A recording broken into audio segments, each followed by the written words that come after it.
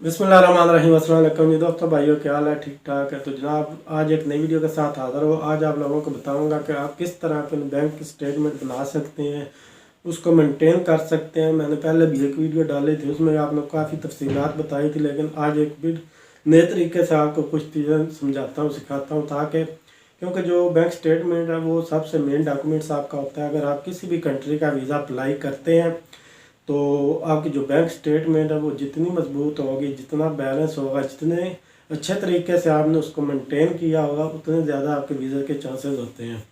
तो bank statement के लिए आपको किसी भी कंट्री के लिए, जो ज़्यादातर ममालिक है उनके लिए आपको 6 महीने की रिक्वायर्ड होती है। तो जो तुर्की है उसके लिए 3 महीने की भी चल जाती है, लेकिन बाकी जो यूरोप है, बाकी अमेरिका के लिए इतनी ज़रूरत नहीं होती, उनकी जो है रिक्वायरमेंट में नहीं है। लेकिन आपके पास होनी ज़रूरी है, क्योंकि वो इंटरव्यू में इसका पूछ भी सकते हैं। तो इसके लिए आपको जो तैयारी आपकी वो मुकम्मल होनी चाहिए। कनाडा है उसके लिए भी इसकी ज़रूरत होती है, लेकिन वो 6 महीने की ज़रूरत होती है। तो आपने किस तरह मेंटेन करने से जनाब, सबसे पहले आपने अपने अकाउंट में पैसा डालना। जितना पैसा आपके पास है, आपके पास सेविंग है जितनी भी है, 5 लाख है, 10 लाख है, 15, 20, जितनी भी आपकी ज़्यादा उतनी आपने पैसा अकाउंट में डालना है। तो उसके बाद आपने अपना जो आपका बिज़नेस है, जो बिज़नेस आपने अपना FBR में जो ऐड करवाया हुआ, उस बिज़नेस से रिलेटेड आपने जो है ना ट्रांजेक्शन वगैरह करनी है, उस हिसाब से करनी है। अगर आपका छोटा बिज़नेस है तो ट्रांजेक्शन भी आपको उस हिसाब से छोटी छोटी ट्रांजेक्शन होगी। अगर आपका बिज़नेस हाई लेवल का, मतलब होलसेल का बिज़नेस है, ज़्यादा मतलब हाई प्रोफाइल बिज़नेस है, तो उस हिसाब से आपने जो अपनी ट्रांजेक्शन है, अपना जो अमाउंट है, वो भी अपने अकाउंट में ज़्यादा ऐड करनी है। तो क्योंकि जब आपका वीज़ा जाता है किसी वीज़ा ऑफिसर के पास, तो सबसे पहले आपकी प्रोफाइल, जो उसके पास फॉर्म आता है, वो आपकी प्रोफाइल देखता है, और फिर वो उस प्रोफाइल को आपकी जो पर्सनैलिटी होती है, जो आप उसके सामने पेश होते हैं, तो फिर वो मैच करता है कि ये वाकई बंदा जो इसने प्रोफाइल मुझे दी है और ये बाकी जो मेरे सामने मौजूद है बंदा, ये आपस में इनकी प्रोफाइल और ये इसकी पर्सनैलिटी मैच होती है या नहीं होती। तो अगर आपका वो मैच हो गया, यानी आपकी पर्सनैलिटी आपकी प्रोफाइल के साथ मैच हो गई, तो समझ ले आपका वीज़ा जो आपको कंफर्म मिलेगा।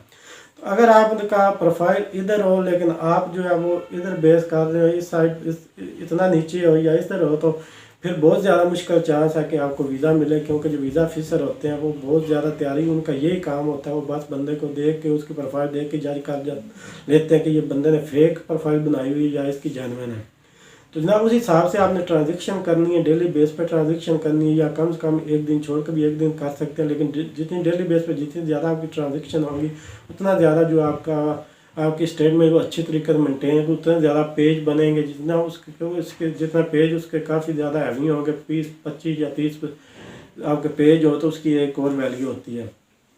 तो ट्रांजेक्शन जो है वो डेली बेस पे करनी है। तो उसके लिए आप अपने मोबाइल में जो अपनी ऐप है, बैंक अकाउंट है, उसकी ऐप जो अपने मोबाइल में कर ले, उससे आप अपने दोस्तों वगैरह को या अपना कोई फैमिली मेम्बर है जिसका अकाउंट है, उसको पैसे ट्रांसफ़र करें और उससे आप मंगवाएं। और उसके साथ साथ कुछ एक हफ्ते बाद, या कम से कम एक हफ्ते में, या एक बार, या 15 दिन में 1-2 बार जो है आपने चेक भी इस्तेमाल करना है। जो चेक से आपने पेमेंट निकलवानी है, चेक से ट्रांसफ़र करनी है, ATM भी यूज़ करना है। सिर्फ आपने जो है ना अपनी मोबाइल ऐप यूज़ नहीं करनी है, आपने बाकी चैनल भी यूज़ करने हैं, ATM को भी यूज़ करना है। मोबाइल बैंक में जाकर पर्सनल जाके आपने उधर पैसे डिपॉजिट भी करवाने हैं, और उधर से चेक पर आपने लेने भी हैं।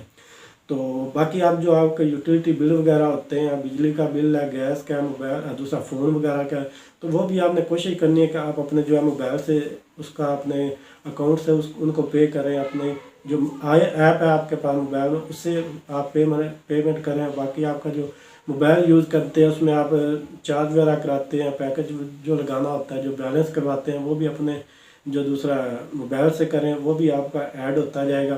तो इस तरह आपने काफ़ी ज़्यादा जो 6 महीने जो आपने, क्योंकि किसी भी कंट्री का अप्लाई करने से पहले आपने कम से कम 6 महीने पहले उसकी तैयारी करनी होती है। तो 6 महीने आपने जो बैंक स्टेटमेंट है उसको रनिंग करना है, अच्छे से जो ट्रांजेक्शन करनी है। बाकी आपके साथ जो डॉक्यूमेंट्स वगैरह, वो सारी बात है, वो एक अलग वीडियो है, उसमें इंशाल्लाह आपको बताऊंगा कि आपने FBR में जो रजिस्ट्रेशन है, बिजनेस रजिस्ट्रेशन या चैम्बर, या वो किस तरह आपने करना है, बाकी चीज़ें।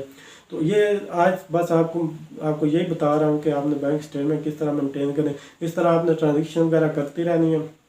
तो जब आपने अपनी स्टेटमेंट निकलवानी है, तो उस वक्त आपने ना स्टेटमेंट निकलवा कर बाकायदा उसको वेरीफाई करवाना बैंक से, और साथ में अपना जो अकाउंट मेंटेनेंस लेटर है वो भी ले लेना। तो इस तरह आपकी अच्छी से जो है बैंक स्टेटमेंट तैयार हो जाएगी। तो उस बेस पे आपने फिर वीज़ा अपना जो अप्लाई करना है। इंशाल्लाह नेक्स्ट वीडियो में मुलाकात होगी, तब तक इजाज़त दीजिए। खुदा हाफ़िज़।